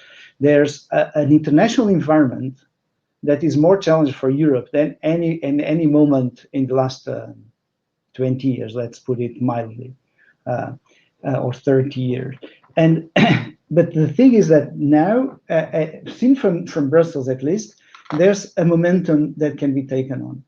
There's all these ones I was mentioning. There's resources, but resources are not an objective. When I often listen to discuss, even here in Brussels, and often here in Brussels, we have 700, well, actually in current prices, which is really meant to have 800 billion euros from the Next Generation EU, 1.2 billion from not billion, trillion, 1.2 trillion from MMF. So we have 2 trillion euros it sounds a lot of money, but actually it depends what you're doing with that. What really matters is how we're going to go about it, which is what you're asking me to. And that's what, and the point is that we need to see from the regional policy cabinet in the European Commission, what you need to look is at each European region and to identify the potential in each region. Because even for any country, and the same for Europe as a whole, we need to see where public administrations can be improved and how it can be improved. What we can offer from the European Commission, we have DG Reform, which with the technical support instrument that can help member states who have less capacity to develop and implement their strategies. And Radu would understand why I'm saying and implementing the strategies, because we can build all sorts of different strategies, but you need to know where we're going from there. You have, we cannot think of these in abstract. You need to go to each region and see what can this region do, what is already being done well, and to maximize that. And it's not going to be the public sector that will tell you that. If you let the public administration to do this alone, of course the public administration cannot do it alone, as I believe if the public sector tries to do it alone, it won't work. You have companies thriving, so you need the public-private partnerships that Razvan was mentioning, but that needs to be, from my perspective, to be brought into the European funding that will come to Romania. That's an enormous volume of funding come to Romania. It needs to. There's still basic needs that Romania has: the road infrastructure, the railway infrastructure, water, you name it. But especially you cannot focus on that, because that's you need to see to take a bigger percentage of these funds and focus on the innovation drives. If you ask me what are those innovation drives, I cannot tell you. You know, you have heard a bit. You heard a bit from Andre. You heard a bit from Razvan. You heard a bit from Radu. You heard the previous panel. It's through all these instruments put together. The crucial thing is really that we cannot look at the economy as it was until now. We need really to strengthen the administrations and the innovation capacity coming from the private sector and coming from the regions. We can support that. We'll be listening to you, but I cannot be more concrete than this at this moment, because exactly it's your side that will have to come to us and tell us what you need from us. The instruments are there, the money is there, the strategy needs to be built. Thank you, Mr. Castro, for this intervention. We are trying to find these solutions together by discussing. So Mr. Puciu has to leave earlier, so I would like to ask him the final question. What would be maybe one solution that you can propose to improve the cooperation between local actors, private actors, and public administration to bring together all these opportunities that we have from the European Union and to help to increase the economic stability and resilience? It's what I proposed some years ago for Bucharest, and it was an idea very much welcome, but never happened. Is to bring in a neutral space the innovation part of the public, of a city or of a country, you name it, because it's hard to innovate with the public administration. I mean, to transform the public administration with the public administration, it's very difficult. So you have a neutral ground to test, to transform, so where the public administration can understand, participate, and trust what's happening there. So you can name it in any way, but a center for innovation of the government, for example, or of the Center for Innovation of Bucharest, but placed in a neutral position, endorsed by the city, endorsed by the mayor, for example, but in a real partnership with the local business, with universities, with citizens. So, but it's a place for debate, a place for ideas, a place to test ideas, a place to bring everybody and make these ideas happen. This is the what I really believe in. I mean, it's a center. Even big players are having it's a lot of literature on this center for the edge. It's a center, but not inside the government, not inside the public administration, but outside of it, but with the freedom to participate for all of them. So this is one solution I proposed, and I believe it's quite generous in terms of what can be done with very low resources, and probably this one of the is also a good thing. So you basically need nothing. It's just a place you throw problems, and those people engaging there are resulting are coming with solutions and so on. So it's what I believe very much that can be a transformative place for public administration in Romania, especially in Romania. Thank you very much, and sorry for having to leave you for another call. Thank you, and thank you all again, and hello to you. Thank you. Thank you, Radu. All the best. We are. I would like to ask now Mr. Rigu the same question, because probably not only the solutions will come from the administration itself, so it's a common effort that we should all work together on.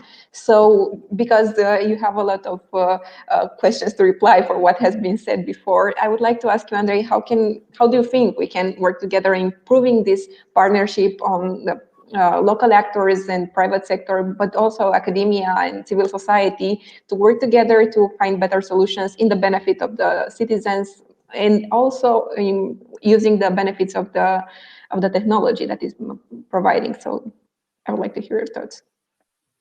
Well, first of all, I would like to thank Radu for the idea that he presented. I will think about it, get in contact with him and develop the idea some more to see if it really can be implemented at the Bucharest City Hall. Second of all, I mentioned previously of how the lack of technology affects public services in Bucharest. I mentioned examples from transportation, utilities, internal management, but technologies can also help in the field of medical services, environment protection, and social services. Still, I would like to develop on the internal management, because from my point of view, it is the first step you want to make in order to start the change. The executive administration is a huge but slow entity that controls the rhythm of the public service provided to the people of Bucharest. Its speed represents the speed of public services. Any improvement we see there would improve the public services almost directly. Right now, the Bucharest City Hall already uses technology in its activity, like a database for the requests from the citizens, a database with decisions of the city council and general mayor, a new system for accessing the building, collaborative tools between the city councillors and the executive apparatus, a software system to correlate the stoplights, although it does not cover the whole city, or a GPS tracking system for the public transport, although again, it does not cover all the vehicles. So although we are not in the Stone Age, I believe technologies provided by companies like UiPath and Cisco and other IT developers would help immensely the processes inside the Bucharest City Hall, where I would like to see that invoices are not processed automatically, are processed automatically, not manually. Digital signatures for documents inside the City Hall, but especially outside for citizens, for businesses, for NGOs. Searchable, not only scanned documents, and very important again for the internal management of the City Hall, software for following documents, as the City Hall is a very big institution and sometimes it's hard to find a certain file. These ideas need to be generated, from my point of view, first by the executive apparatus, and more important, implemented by them. Because me as a general city councillor can provide ideas every day, but they only become reality with the support from the team of the mayor. By using technologies like the ones mentioned by the other speakers to improve the process in the city hall, we will be able to improve public services and our assistance for citizens, businesses, and NGOs. And for example, a citizen will receive an answer much faster and without costs like transport he has to make to the city hall or taking a day from work to solve that problem. A business can lower its administrative costs with the employees that spend time in relation with the city hall, or an NGO can implement its project faster because the information will be delivered by the administration faster. So these are the kinds of changes that we work to have and will work in the future also to have in the Bucharest City Hall and in the public administration in relationship with the citizens, businesses, and NGOs. Thank you. Thank you, Mr. Rigu, and I'm very happy that you want to follow up on Mr. Puchiu's idea with the Center for Innovation and trying to come up with a neutral space. So now I would like to give the floor to Mr. Atim for a final intervention on how do you think we can work on improving and delivering automated services to the public administration, because the administration would very much benefit of it, and the citizens mentioned that they would also want to have this digital public services. So how do we use automation to lead to a swift economic recovery as a parting thought? Automation, on one hand, is a very, as it looks like now, it's a very competent and competent actually platform. So you can connect a lot of dots within automation currently. But as Mr. Castro said, what has been done successfully and started successfully should be continued. I remain to my previous points that regulations and innovation at the European level should go hand in hand. From my experience and interaction with the public sector from the private sector, we see a lot of maybe instruments that can be improved to go faster with the technology adoption within the public sector and across the European Union, European Commission, and everything. So those means are facilitated by the regulations at the EU level. Yeah, well, some regulations that would, as I said, make the processes faster and easier for the private sector to be able to implement technology, and at the same time for the public sector to adopt technology. This is again a long run, so we need consistency in execution. Getting back to the resilience plan and recovery plan, again, we have time until 2026. And by then, we all expect to see not some results, but notable results, because we talk about big amounts of money. In terms of automation, again, as Radu said, we have a proof point. It's not the only one, it's the only one made public in case of Romania, but we have examples of cooperation, successful implementation of automation across the world at UiPath in the public sector and the private sector. They're not going hand in hand, but I think if we are smart and pragmatic enough to make the right regulations and to kind of facilitate the cooperation between the private and the public sector, I think some gaps that are now between the private and the public sector would be would be covered, and the public sector mechanisms and processes would catch up with those in the private sector. Sometimes the differences between the private sector and how the public sector works are notable. Yeah, if we look at Romania, yeah, in many reports we are classified at the bottom of the report. So this is what I think. Again, and with that I will conclude. We need to now get from theory to practice. We need to start implementing at the most comfortable step you want. It can start small but safe and secure for the long run, or big if you have all the means in place to achieve that. Yeah, so thank you again. Have a nice evening. Thank you. Thank you from theory to practice. So Mr. Castro would like to have a final word, please. Sorry that I did not mean to have a final word. It was just an idea that I did not mention in my interventions. But I think because we discussed a lot about the investments that are necessary to automatize the public sector, to digitalize, etc. And there's one element that we did not refer today, which is people. Automation, digitalization, technology is scary. Most of you probably were born in a digital world. I was born in an analogical world. My first mobile phone, I got it while I was doing my PhD. I was already quite an adult by then. And the idea of technology, even in your generation, is still scary for many. So getting people acquainted with the idea of technology, everyone has a mobile phone these days. You can use that to build on that. And a lot of the work that needs to be done will be in training.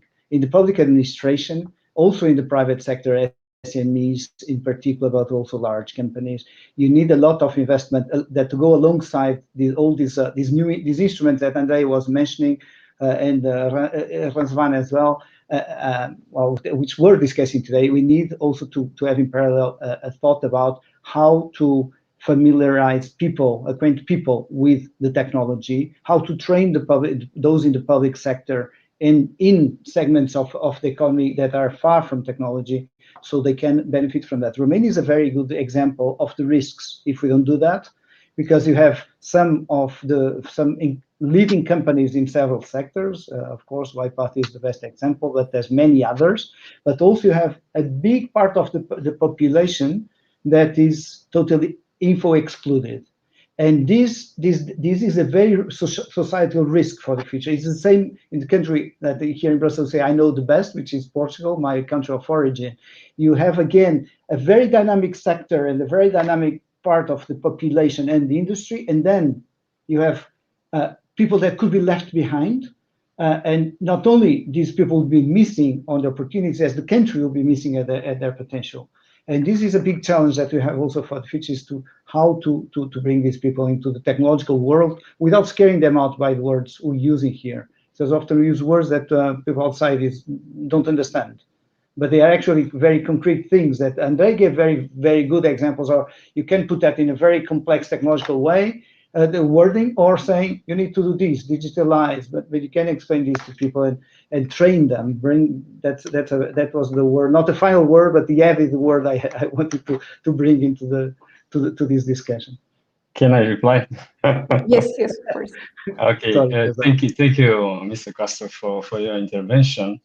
Of course, with disruptive technologies and with automation in particular, we need to kind of create a lot of awareness, and we focus a lot of our efforts into educating people. We have one of the largest communities in automation in RPA. We have an online academy, very well documented by our professionals, business analysts, RPA developers, all the roles necessary to create a full context around automation. So these people get diplomas, get certifications about the different roles that they graduate.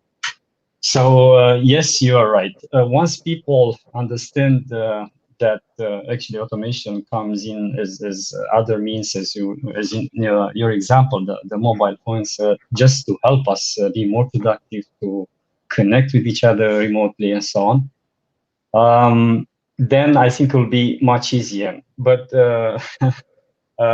unexpectedly, in case of UniPath, the project with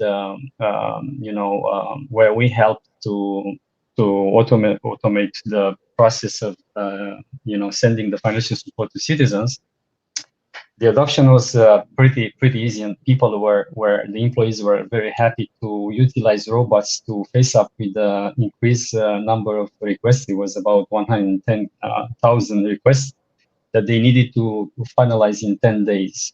Yeah, so it was nothing about creating some awareness there. It was an urgent need that we addressed and helped our colleagues in the public sector to accomplish successfully in due time. Yeah, without the robots, they couldn't do it. So yeah, that's very important, the education and everything. In the end, one last remark, Mr. Castro, the automation isn't to be scared. I mean, shouldn't scare people, because automation actually addresses only the mechanical, repetitive, rule-based work we do on a regular basis. So if we would like to be robots and say that we work 8 hours doing copy and paste jobs and tasks, then I don't know if that's a human accomplishment. Yeah, so this is what we address also by technology and in a more philosophical way. The repetitive work that doesn't bring any value to us, any value add to ourselves and to the companies we work for, or the public institutions we work for. So, Hollywood actually gave a very bad reputation to robots. We all have robots at home. The dishwasher is a robot, a very specialized one, the washing machine. But since in Hollywood, they always come with his eyes and do tricky things, people get scared, right? Well, it's a beginning, Mr. Castro. I don't know how the future will look like, but of course, it'll become smarter and smarter. Maybe to some extent it'll become autonomous. I don't know, but that's a projection of the future, 20, 30 years, I don't know. You're trying to scare us out again. No, not at all, not at all. Sorry. Because we are in control. Of course. In the end, yeah. So thank you, Mr. Castro and Mr. Ratim, for the debate. We were hearing to that. It's very interesting. Spontaneous. So, yes. So then I have to ask Mr. Rigu if he has something to add to the discussion as a last thought of this panel. I was thinking how it's the best way to address all the benefits that technology has and were mentioned by Razvan, and all the opportunities that were mentioned by Mr. Castro to the people in the city hall, to make them understand that we need to press the acceleration pedal for the digitalization and improvement of technology for the services for the citizens. Because for me, it's easy to understand. I consider myself young. I come from a modern background with modern processes, and it's not as easy as it is for me for certain people who are used to do their job in a certain way. But with all this information, and I think there is much more information, I think we can move on, and that's our objective, to move on and make things more efficient through technology. Thank you, Mr. Rigor, for this intervention. And I really hope we can transpose these ideas from the debate, also from the first panel and the second panel, into concrete actions. And I'm very happy we could be in such an open discussion so that we can push things forward to move on in the administration, the cooperation between actors. So I would like to end this, to wrap up this panel now. Thank you to all our panelists from the session before and from this session. Thank you to our participants, and we are looking forward to welcoming you at our future events. Thank you so much. Have a good evening. Thank you as well.